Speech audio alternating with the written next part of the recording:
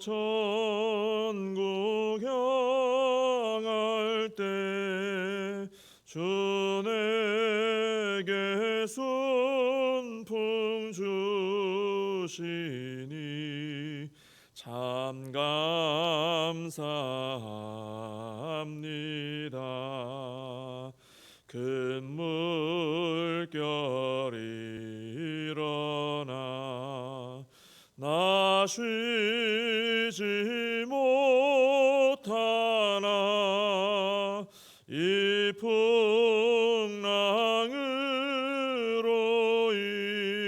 인하여 더 빨리 갑니다. 내 걱정 근심을 쉬옵게 하시고 내 주여 얻은 영혼을 곧 밝게 하소서. 이 세상 고락간 주 뜻을 본받고 내 몸이 의지 없을 때 큰 믿음 주소서.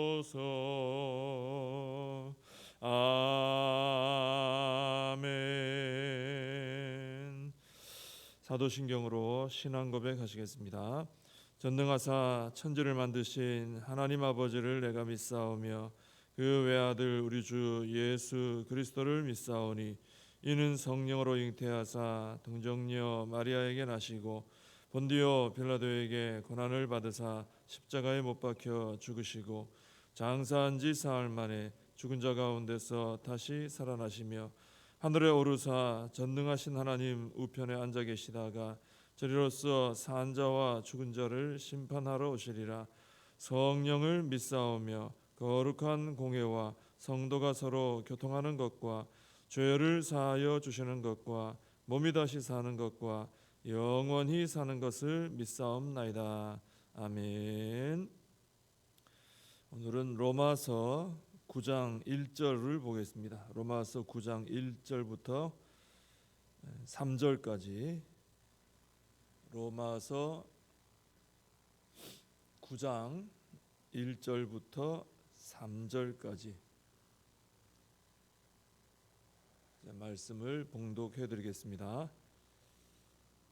내가 그리스도 안에서 참말을 하고 거짓말을 아니하노라. 나에게 큰 근심이 있는 것과 마음에 그치지 않는 고통이 있는 것을 내 양심이 성령 안에서 나와 더불어 증언하노니 나의 형제 곧 고륙의 친척을 위하여 내 자신이 저주를 받아 그리스도에게서 끊어질지라도 원하는 바로라. 아멘. 사도 바울은 이방인을 위한 사도로 부름을 받아서 이제 여러 나라를 다니면서 선교 사역을 이제 하면서 복음을 전하고 교회를 세웠습니다. 그런데 이 사도 바울의 마음에 항상 큰 근심이 있었습니다. 이 큰 근심으로 인해서 오늘 본문에 보면은 마음에 그치지 않는 고통이 있다. 마음이 아주 늘 아프게 되었던 그 한 일이 있다는 거죠. 사도 바울의 이 큰 근심이 뭔가 보니까 자기 동족 유대인들 때문에 이 큰 근심을 가지게 되었다라는 것입니다.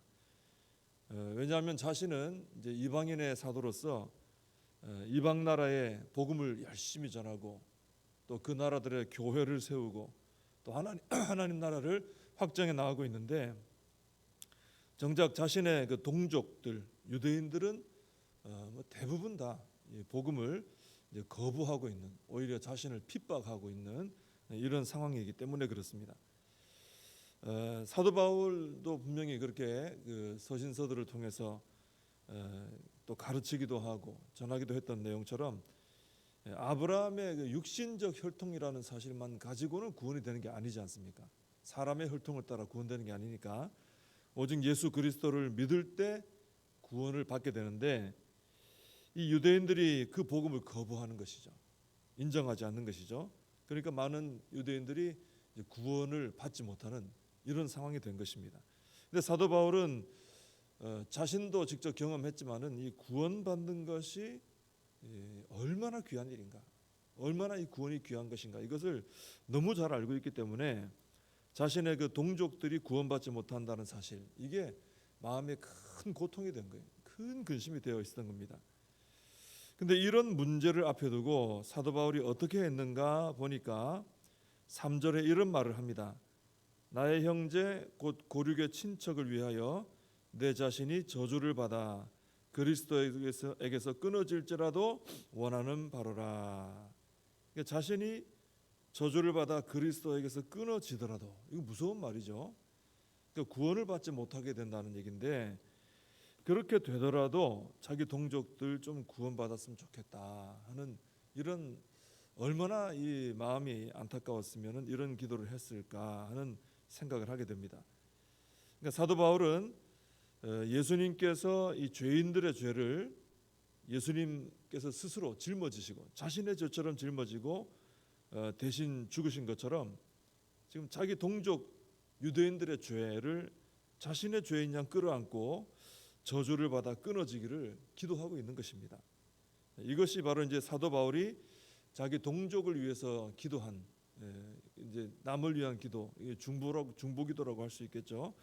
동족을 위해서 중보기도한 내용이 바로 이런 내용이었다는 것입니다. 중보기도는 타인을 위한 기도인데, 특히 사도 바울처럼 이렇게 타인의 죄를 마치 자신의 죄인 양 끌어안고 그 죄사함을 위해 간절함으로 기도하는, 이것이 중보기도의 참 귀한 모습이 아니냐, 사도 바울을 볼 때 그것을 깨달을 수 있습니다. 근데 사도 바울만 이런 기도를 한 것이 아니고 출애굽기에 보면은 모세도 이런 기도를 했죠. 모세가 하나님 만나러 시내산 올라갔을 때 산 아래에 있던 이스라엘 백성들이 금송아지를 만들어 놓고는 이것이 우리를 이 애굽에서 끌어냈다, 그러고는 이제 우상 숭배하고 있었습니다. 그래서 하나님께서 이스라엘을 다 진멸하겠다, 새로운 백성을 내가 만들어 주마 그랬습니다. 그때 모세가 하나님께 이 백성들을 위해서 기도하면서 했던 내용 중에 출애굽기 32장 32절에 보면 이런 내용이 나옵니다. 그러나 이제 그들의 죄를 사하시옵소서. 그렇지 아니하시오면 원하건대 주께서 기록하신 책에서, 또 우리가 이것은 볼 때 생명책이라고 딱 느낌이 오지 않습니까? 내 이름을 지워버려 주옵소서.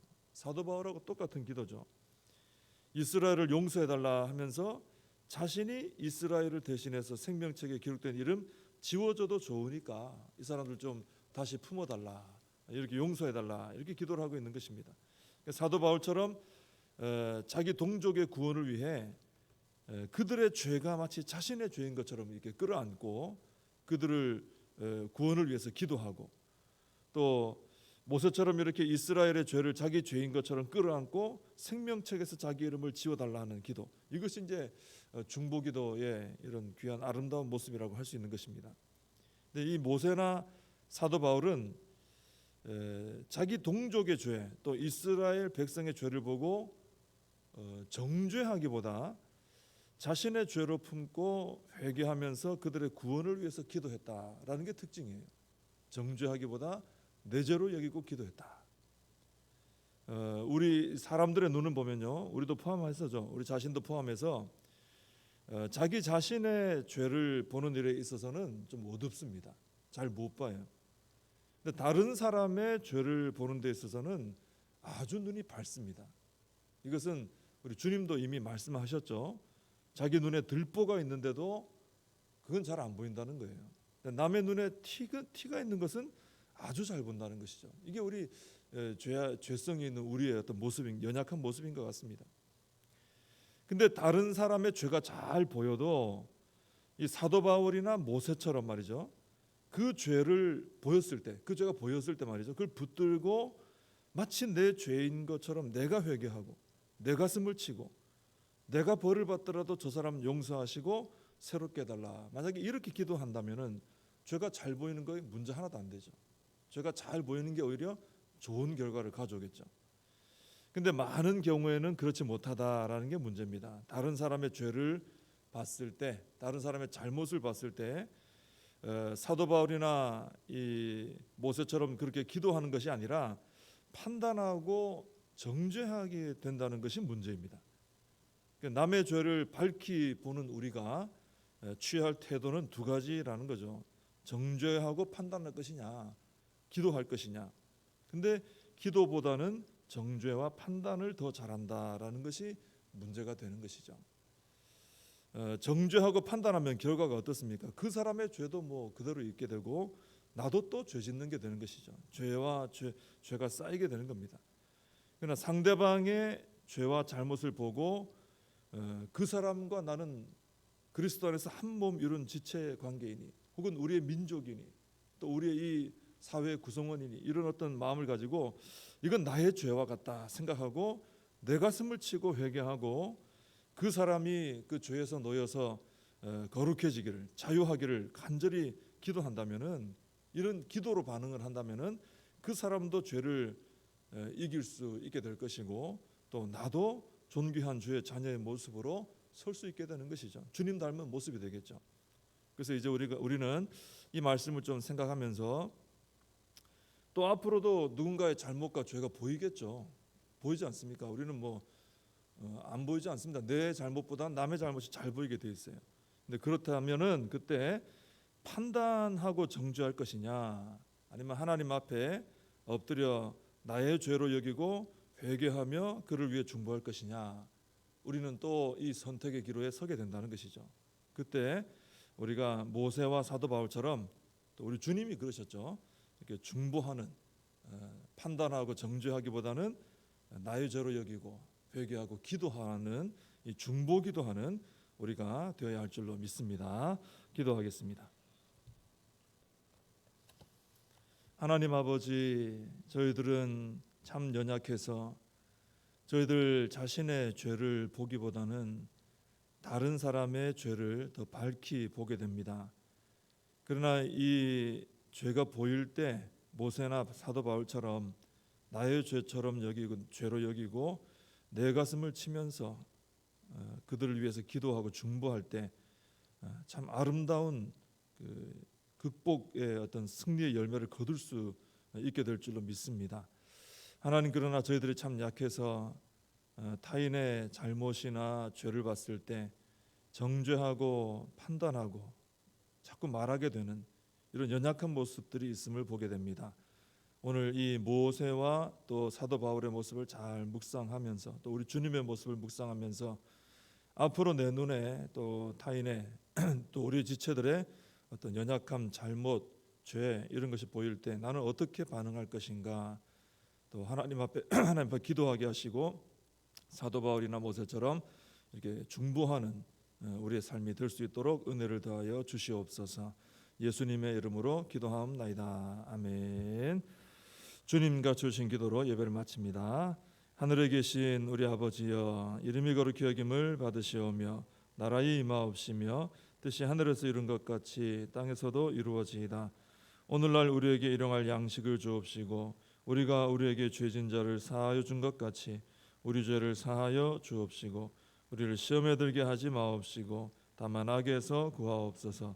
대개 나라와 권세와 영광이 아버지께 영원히 있사옵나이다. 아멘. 오늘 말씀 붙들고 기도하시고 또 우리 사명을 붙들고 우리 교회와 또 다음 세대, 우리 또 임직식 준비를 위해서 함께 기도해 주시기 바랍니다.